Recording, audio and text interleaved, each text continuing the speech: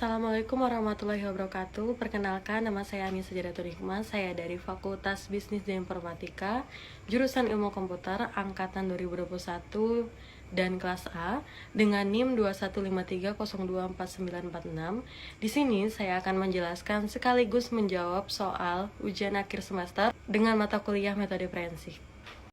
Menjawab soal pertama, apa itu forensik digital dan apa perannya dalam penyelidikan kriminal.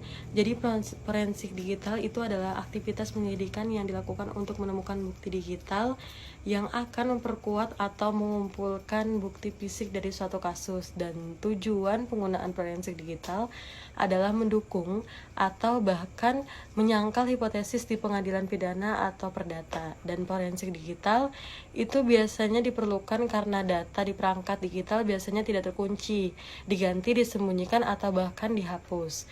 Dan proses forensik digital itu meliputi penyitaan, pencitraan, analisis media digital, dan penyusunan laporan berdasarkan bukti yang dikumpulkan.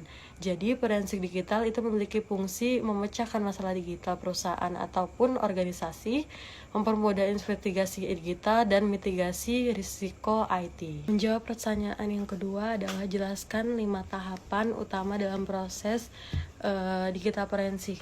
Jadi di sini ada tahapan utama dalam proses digital forensik itu terbagi menjadi 5. Yang pertama adalah penyitaan. Apa itu penyitaan?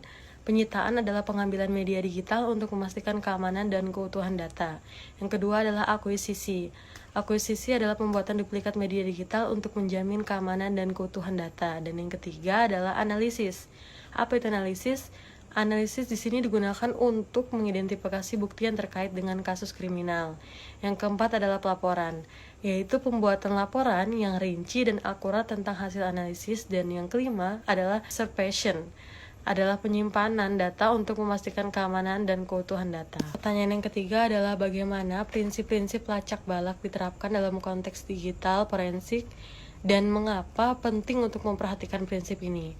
Jadi prinsip lacak balak dalam forensik digital itu melibatkan pengawasan dan dokumentasi setiap tahapan dalam proses pengumpulan, baik itu pengumpulan analisis dan penyimpanan data. Nah, hal ini penting untuk memastikan integritas data dan memenuhi standar hukum yang berlaku. Lanjut kepada pertanyaan yang keempat, apa perbedaan antara analisis forensik off-site dan on-site dalam konteks digital forensik? Dan kapan masing-masing pendekatan ini lebih disukai? Jadi, teman-teman, analisis forensik off-site itu dilakukan di luar lokasi yang terkait dengan kasus kriminal.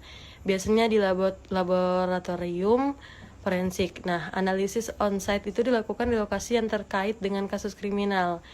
Lalu kemudian pendekatan off-site itu lebih disukai jika kasus kriminal melibatkan data yang besar atau kompleks. Sedangkan pendekatan on-site itu lebih disukai jika kasus kriminal memerlukan analisis yang cepat dan spontan.